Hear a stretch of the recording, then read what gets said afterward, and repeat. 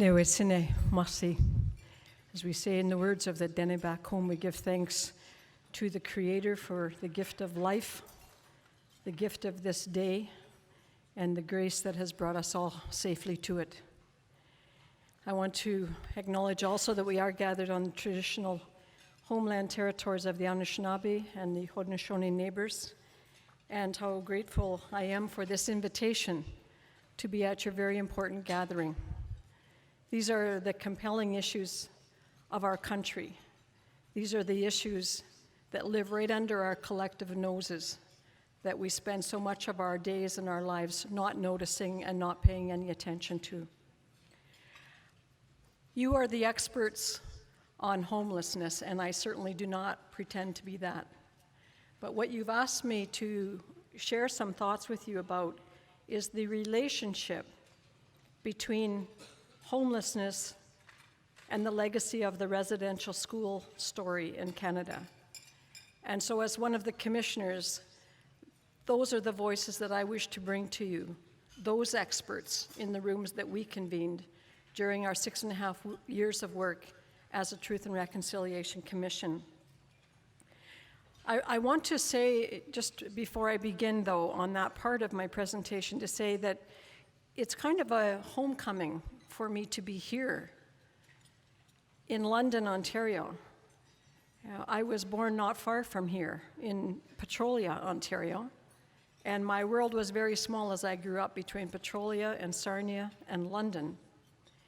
I went to university here, and I know that this time of the year is actually the season of homecoming in many universities across the country. But for me, it's a homecoming of the heart as well, because it was in this city that I met my husband, who came here from so far away in the Northwest Territories as one of the leaders of the Dene Nation at the time. And so I have many homes in this country, but this is one of them, and the home where I've lived, the home of my heart for the past 40 years, has been among the Dene, where we all live in Yellowknife. I also want to acknowledge in the room, and I know there are some, any residential school survivors and any intergenerational survivors, because we know that a big part of this story is that we had residential schools for 130 years, the last ones closing in the 1990s. But we have continuing legacy of the transference of the impacts of that experience of residential schooling that has been learned and lived, and unless we arrest it, still being practiced by the children and grandchildren of the survivors of the residential school experience. You know, there's that powerful saying in healing circles, what you live with, you learn. What you learn, you practice. What you practice, you become.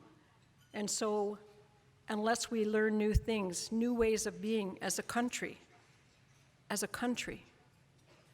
we are at huge risk of continuing to do under new names, perhaps under new programs and policies, but certainly with similar attitudes, the kinds of things that got us into such trouble in the first place.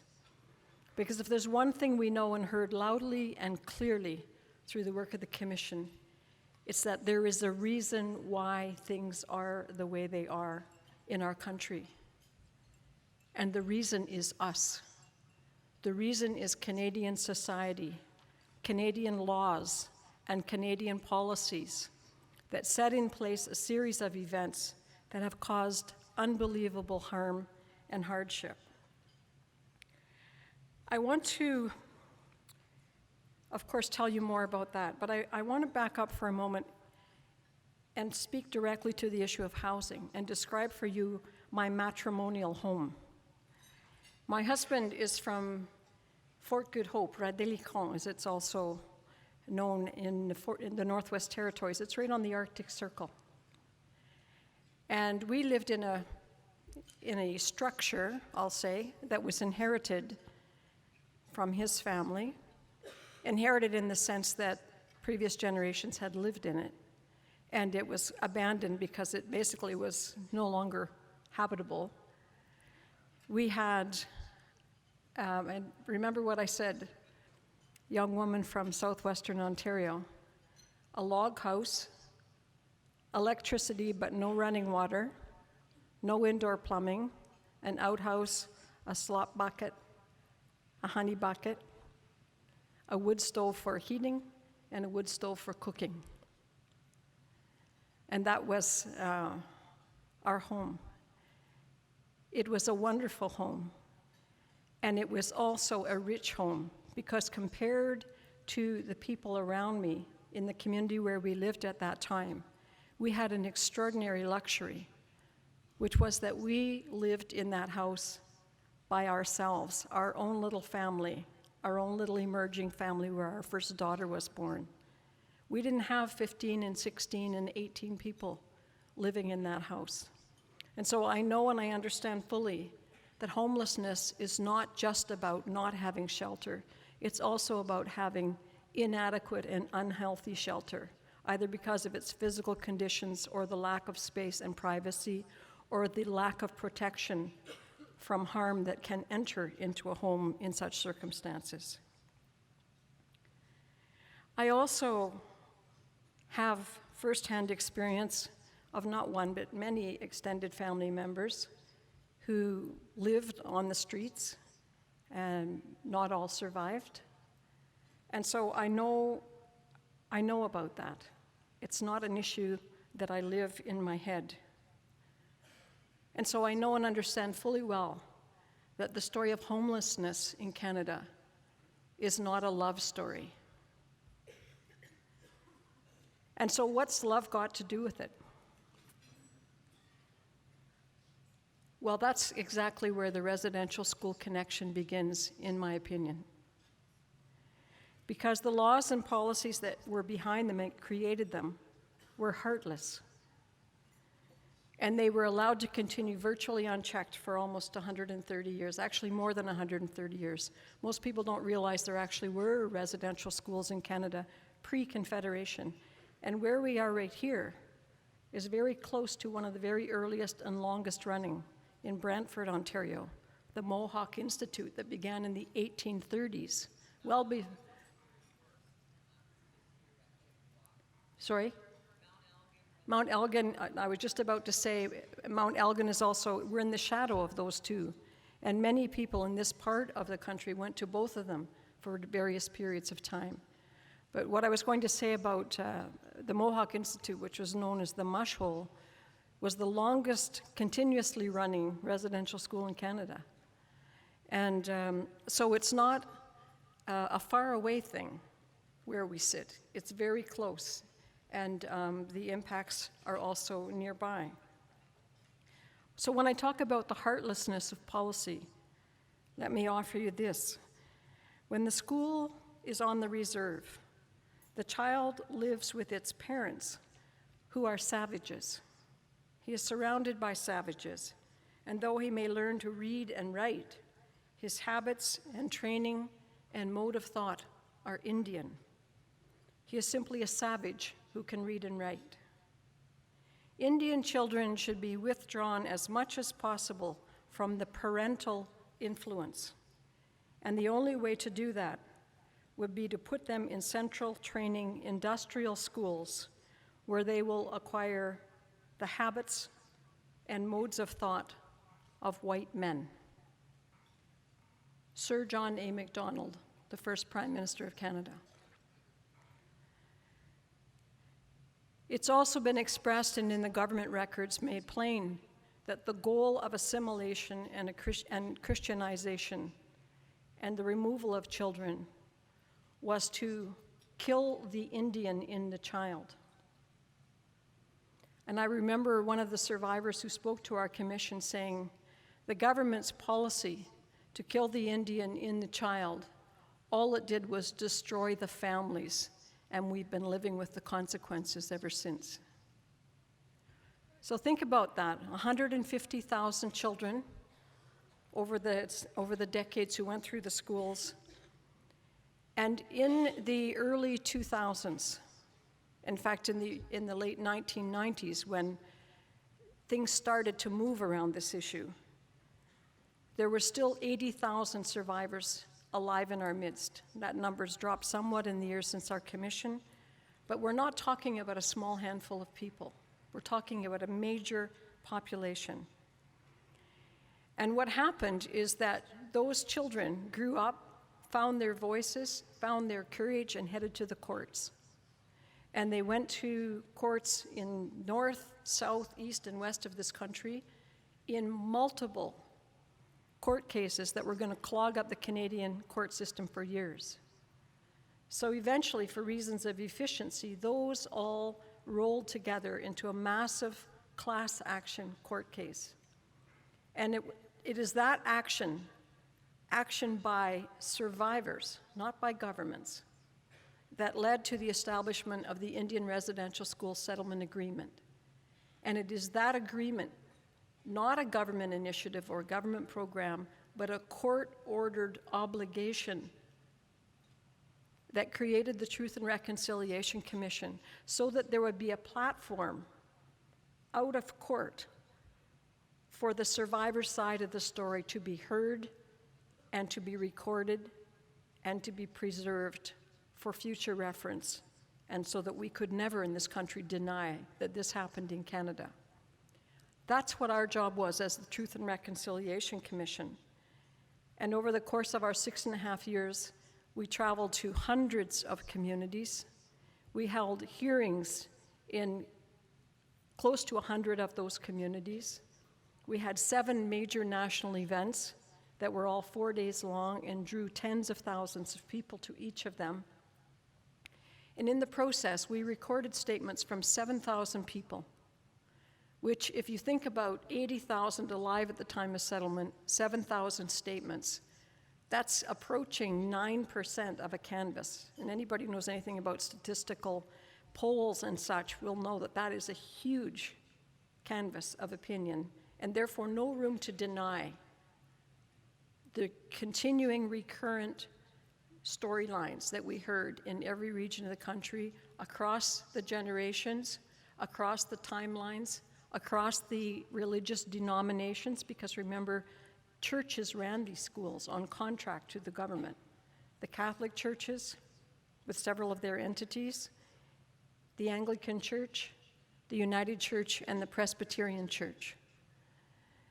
And in all of those denominational schools, at some time or another, in some place or another, the kinds of things that led to great harm beyond and in addition to that initial rupture from family, from community, from language, from culture, from everything familiar and everyone familiar, there were also deprivations of all kinds, beginning with a very poor quality education in many examples, unqualified teachers, and mostly a challenge to try to learn in an environment, in an atmosphere of, well, this is the emotional journey traveled that we heard over the course of our hearings. Fear, loneliness, humiliation, shame, blame, anger, violence, criminality, incarceration, unemployability, poverty, homelessness, loss of children, addictions, missing and murdered women and children and boys and men, and epidemic suicides. And that's not a straight line journey. It's back and forth with addictions sprinkled throughout. As so many people told us, the only available medicine for undiagnosed and untreated and deeply traumatizing childhood traumas. And so that's the backdrop to so much of the work and the question that you've asked me to consider. Well, when we began our work back in 2009, I remember early on a reporter asking me a question, and it was this: what do you hope will come from the Commission's work? And what I said, first of all, I said, I myself, there were 3 commissioners, see my role as a very important one, first of all, as the only woman on the Commission, because this story has a lot to do about mothers and children and the connections between them and the rupture of that, as one survivor said, when they took us away from home, the love bond was cut. But also my role as a non-Indigenous commissioner, and the importance of calling to attention to all Canadians that this is not an Indigenous problem. This is not Indigenous history. This is Canadian history. This is a Canadian problem, and this is a huge Canadian opportunity to recalibrate things, to consider deeply and honestly and with great humility the nature of our living together in this country, which, yes, we want to call a shared country. But I grew up in a home with siblings where we were taught, if you cut, you choose first. If it came to sharing candy or licorice or anything like that, you pick, you cut, you choose. And in Canada, that's not what happened. The government cut, and then it chose, and then it cut some more, and it chose again, and then it cut some more, and it chose again. So we have not been a sharing country in that broad societal sense. We've kept the best for ourselves as a country, and we've relegated people to live sometimes in circumstances that were unsustainable and then criticized people for their inability to make a go of it. Well, in any case, when I got that question from the reporter, I said that I hope that people will come to understand what actually happened to Indigenous peoples in this country, and that that new understanding can inform new attitudes so that we can begin to see and experience each other in a new light and with new kindness, and that that forming of new attitudes will lead to new kinds of actions.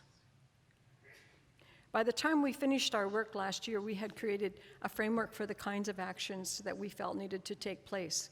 And I want to say, first of all, if any or many of you in this room have not yet read the TRC calls to action, I really, really encourage you to do that. And those of you who can make copies available for others who may not have easy access, please do that. It is not 94 pages. It's about 10 pages. And it's 94 calls to action that are based on the expertise, yes, the expertise of the survivors who have lived the experiences of the residential schools.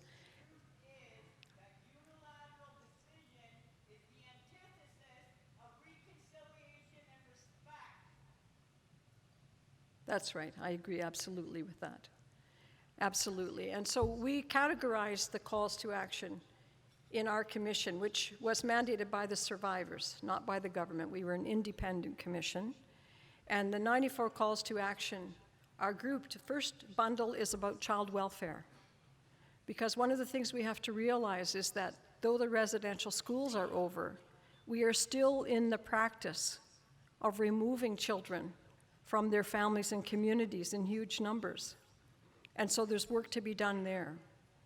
There's another bundle of calls to action that are about education, not about simply being more fair about how we distribute resources for education. There's work to be done there for sure, because we right now do not fund Aboriginal education at the same level as we do for non-Indigenous communities and urban centers. But also the re-educating of our country. We know that most of us grew up learning absolutely nothing about the residential school history, and in fact, very little about Indigenous peoples at all. And that is true in many schools in our country still today. So we have a lot of remedial learning to do. And those of us who are through the school system have to find ways to do that in our adult lives as well. And we have to call on our governments and our professional associations and those who are working to know a lot more than they currently do about those gaps in our history that we were never taught. We also have a lot to say about the justice system and the inequities there, and time doesn't allow me to go through all those calls to action.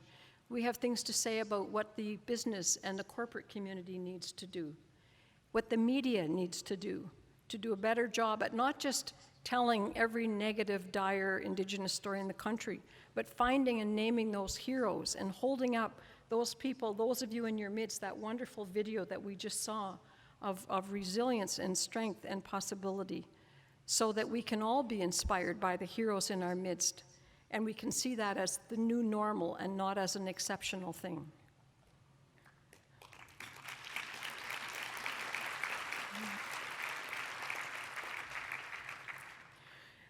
One of the things that we did underneath all those 94 calls to action is we came up with what we called our principles of reconciliation. And it was based on our experience and what we learned along the way in our own journey as a commission. The first is the importance of the United Nations Declaration on the Rights of Indigenous Peoples, and that should be an underpinning framework for reconciliation. So as you explore further what your coalition might do, I would really encourage those of you who haven't yet to become very familiar with that document. Again, not a really long, big one, but a really substantive and important one. Because this is not about a feel-good exercise. This is not about being kind. This is about honoring rights that are internationally recognized and that would need to be upheld. And that our country needs to be seen as a champion of that, not someone hiding behind the obligations.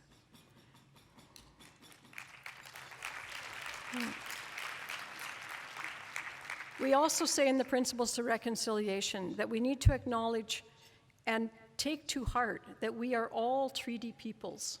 Not all parts of the country have numbered treaties, but all have peace and friendship treaties of one sort or another. And the point of that is that a treaty is not only a legal contract, but it is also a moral covenant. And just as with marriage, it's not just the one person who gets married. We are all treaty peoples, and most of us have never laid eyes on the treaties that are in place in the homelands where we live. So we need to take that more seriously to heart. We need to recognize the importance of Indigenous knowledge keepers. We could not have done this work without the presence of cultural supports and traditional knowledge keepers in our midst throughout our work. And there is great wisdom there about what did reconciliation mean? How did people resolve problems? How did people care for each other in years gone past? And what can we remember of those things that have been suppressed? We also talk very importantly about education. I've already touched on that, but education as ongoing dialogue, because we need to build relationships. That was already mentioned very well in the introduction. We cannot reconcile with strangers. We need to create forums and create regularized opportunities to truly come to know each other so that we can go forward on the basis of relationships and not on the basis of issues in our heads. Well, we also talk about the need for political will. And I know that one of the things you do is try to influence, probably in an ongoing way, political leadership, but also community leadership, because it will take sustained leadership at all levels of governance and in the Indigenous and non-Indigenous communities. Because reconciliation, as we have said, it took us a long time to get into this situation, and it is going to take us a long time and a lot of sustained effort and work.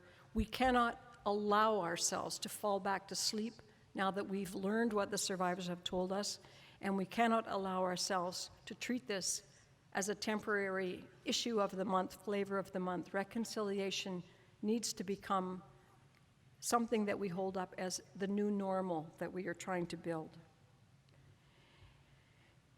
If you read those reconciliation issues, you'll also see that we know that this can't happen without infusion of reasonable resources. It needs resources to set things right. And you know, I often say, as a country, we spent millions of dollars over the decades destroying languages, destroying families, destroying communities. We need to be ready to spend money, extraordinary money, in order to reinvest in those very things that are at the foundation of people being able to live in peace in their own hearts and in their own homes, in their own families and in their own communities.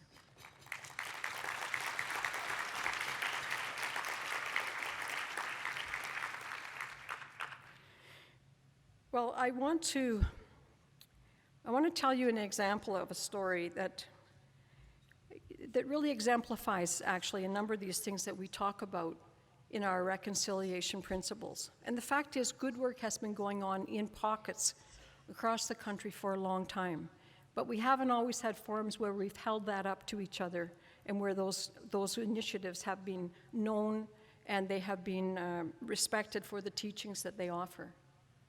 So I want to tell you a brief story as I come towards the end of my remarks here. I want to tell you a brief story about the community where I lived in Fort Good Hope. And it was a story about housing, where the standard practice was a housing corporation office that's many, many hundreds of miles away with a template approach to here's what housing is in communities, here's how it works, and so on. And the short version of the story is there was a movement in that community to say, we don't want that kind of housing. There was lobbying and willingness, begrudging willingness, to do a pilot project. And what happened was the leadership of the community said, we will work with 6 trappers and we will build 6 log houses. And they will harvest their own logs, they'll learn how to prepare them. We will have a log building expert come in and show us the latest technologies on heat efficiency in log construction. And people will own their houses, but they can only own it if they put sweat equity into building it. And they have to commit to that, and they have to commit to the learning that will go along. Fast forward, they completed the project. They had money left over in the budget from what would have been spent from afar. Tremendous skill infusion was there. The pride of ownership was there. Those houses are still standing after several decades now. And that community now has in its midst a skilled workforce in construction and building, and they don't hire contractors from outside the community at all anymore. And I think it's not to overstate the importance of that specific example, but rather to say that what it demonstrated is that there was enough respect from somebody in a key position to say, okay, let's try that. There was collaboration in that those who were leading the project, who were Indigenous, called on non-Indigenous experts in certain areas, but saying this is the purpose and what we're trying to do. And that collaboration was done in that spirit and not in a top-down way with a sort of father knows best attitude. There were good and consultative implementation strategies, and what it proved is that there is a possibility and indeed proof of positive change in that example. Well, I think that you all know, and I certainly believe, housing is so much more than a house. Housing is also community, because heart is where the community is. And I know many people who were not technically homeless, but who spent most of their days in the community of the homeless because their lived experiences had so much in common from a residential school story perspective. And so there was an understanding with no judgment of what people had lived through and where they had come from. I think it's why places like the Lower East Side become gathering points, because people have a community of understanding and not just, it's more than just a geographic or physical location.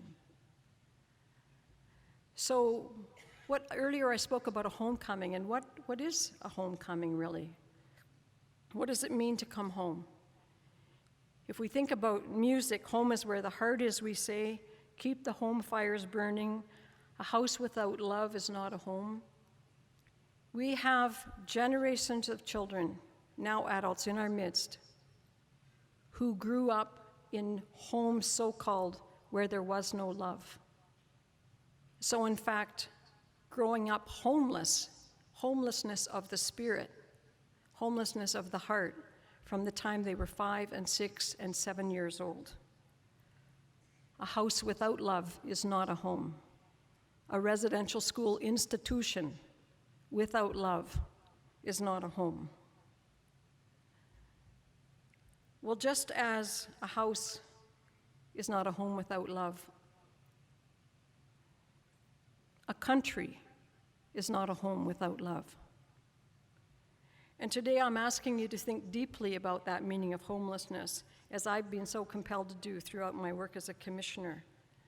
It's so much more than being without shelter. It's without having a sense of belonging, without a sense of being at home in one's own heart. I was ashamed of who I was.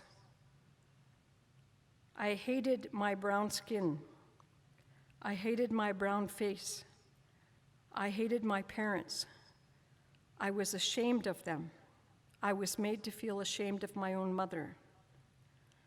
I tried to pass myself off as Italian because it was easier to get in and get by.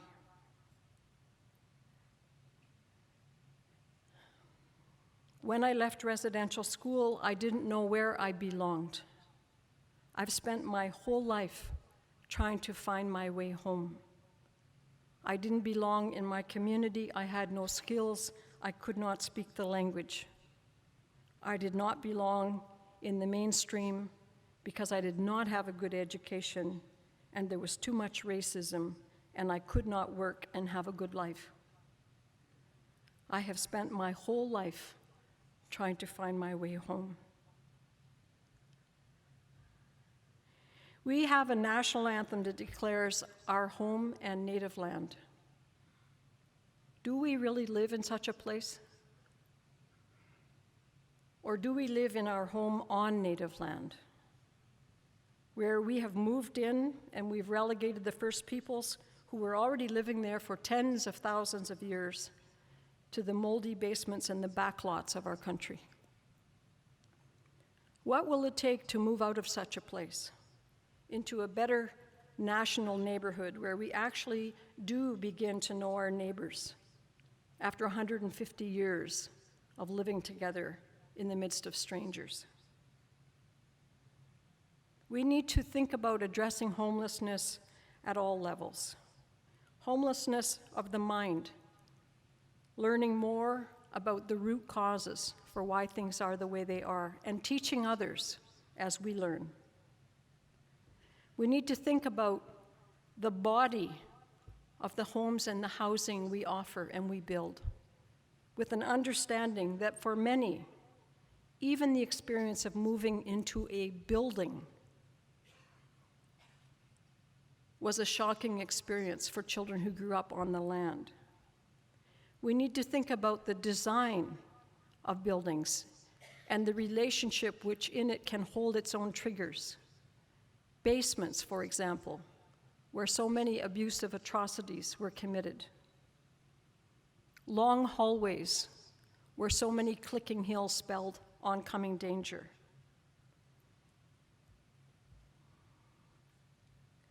The size of rooms, the interconnectedness, the security. We need to think about homelessness of the heart and building homes that are heartful. Public housing, for example, that does not begin with a neighborhood controversy around not in my backyard, where the naming of complexes can respect Indigenous names and protocols, where ceremony can be brought to claiming space as sacred space, where yards can include provision as anyone else wants to live near their faith communities or their gathering places or their churches. So too many Indigenous peoples would love the luxury of being able to gather in space where traditional ceremonies can be performed without being removed for vagrancy or for idleness or for trespassing. We need to think about homelessness as it has become a thing of the individual. Belonging in the sense of self-love and self-respect. Becoming at home in one's own skin, as we would say. I want to show you now a short video that will take you on the journey of our commission as captured in the 7th of our 7 national events. And you will see that it is a journey that begins, yes, with harsh truth, but where creativity and courage and resilience and honest humility of all of us in community can begin a transformation. So I'd ask Ron if you'd please allow us to see the video now for the next few minutes. The very first time I talked about the residential school, I said it was just like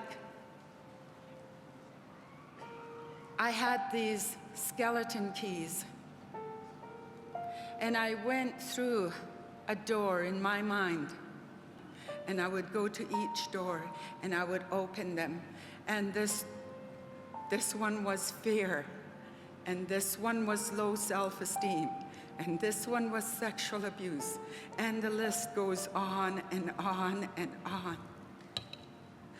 I remember the loneliness, the crying, and being witness to all the abuse around me. I feel like I've been dropped from the sky. Nobody around me, strangers around me. They don't know us, I don't know them. I don't know how to socialize. I don't even know how to love. I went through sexual abuse. I went through physical abuse, mental, spiritual. And I'll tell you, the one thing that we suffer the most is the mental and spiritual abuse that we carry the rest of our lives. My mother and father had 13 children, and every single one of us had gone to residential school. I longed for the smell of spruce boughs and of the smoke, wood smoke. I longed for the taste of the dried meat and the dried fish. I was hungry for all of that time for my own food. And there was such a longing in my heart, such a loneliness for my people. This individual, this perpetrator of mine, this is what the individual first heard when he was talking to me. I said, I'm sorry. I said, I'm sorry because for the last 50 years, I've hated you and I've wanted to kill you.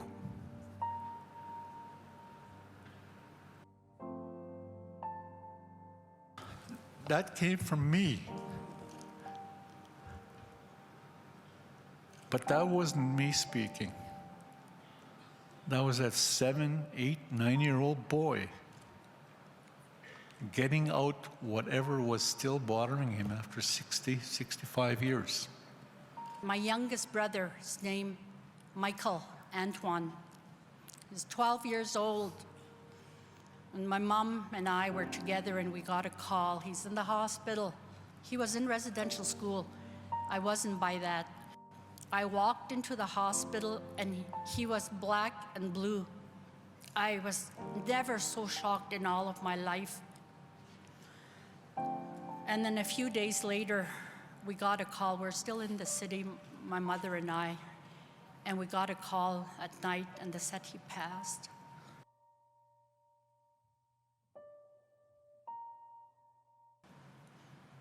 It's about us, it's about my brother, it's about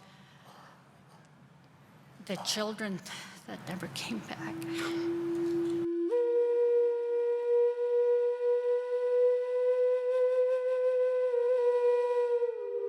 By forgiving the church, by forgiving the abusers, and not carrying all of that garbage with us wherever we go, we invest in our own healing. People ask me, what do you expect to achieve? The answer is freedom. I am free.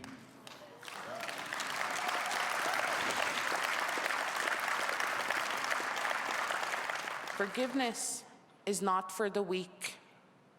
When you forgive, you grow, you heal, but most of all, you free your heart and you free yourself of anger, grief, blame, shame, guilt.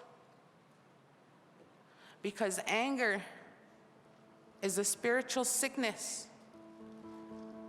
But when you forgive, you actually live. I'm proud to say that I opened those doors and I forgave.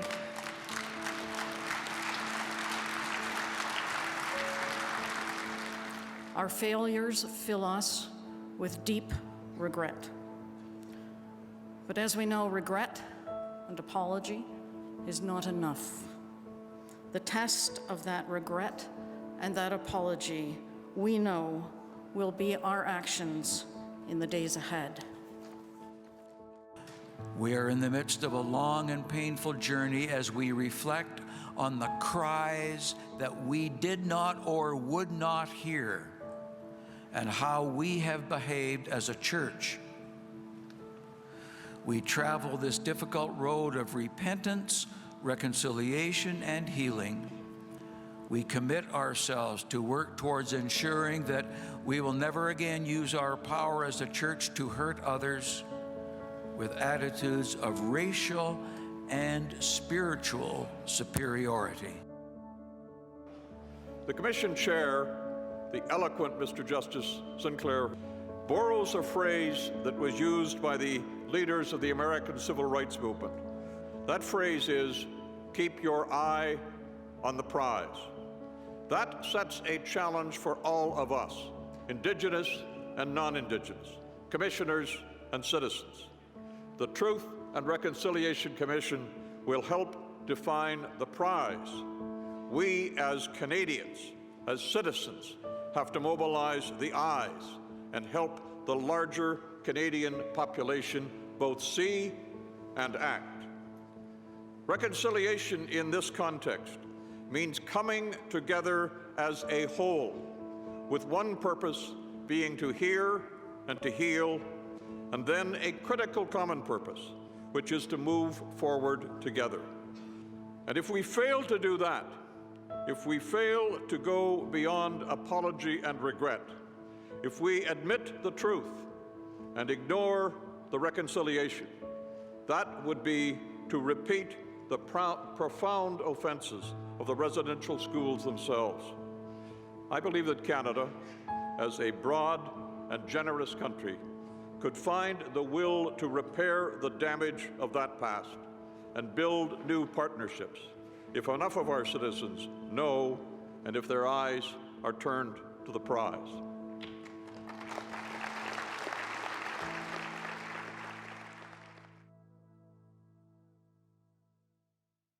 Our former Prime Minister, Joe Clark, is just one of some 75 or 80 prominent Canadians from the Indigenous and non-Indigenous communities who have stood up and pledged their support as honorary witnesses to the ongoing work of reconciliation. And I think that they have shown us that the work of reconciliation does not end with a Truth and Reconciliation Commission.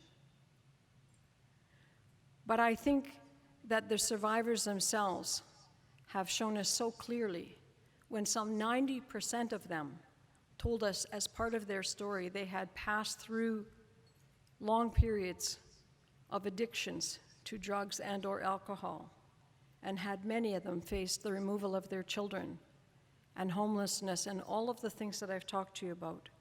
But they have shown us as well, through their own courage and resilience, that homelessness does not have to be a synonym for hopelessness.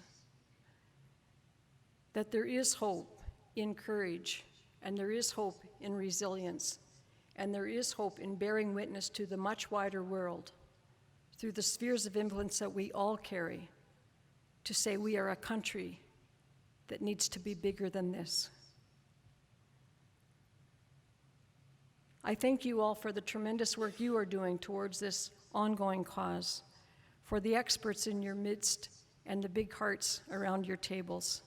We have work to do for the many years to come, and it's my honor to stand with you because we are all part of it. Thank you very much. Merci beaucoup.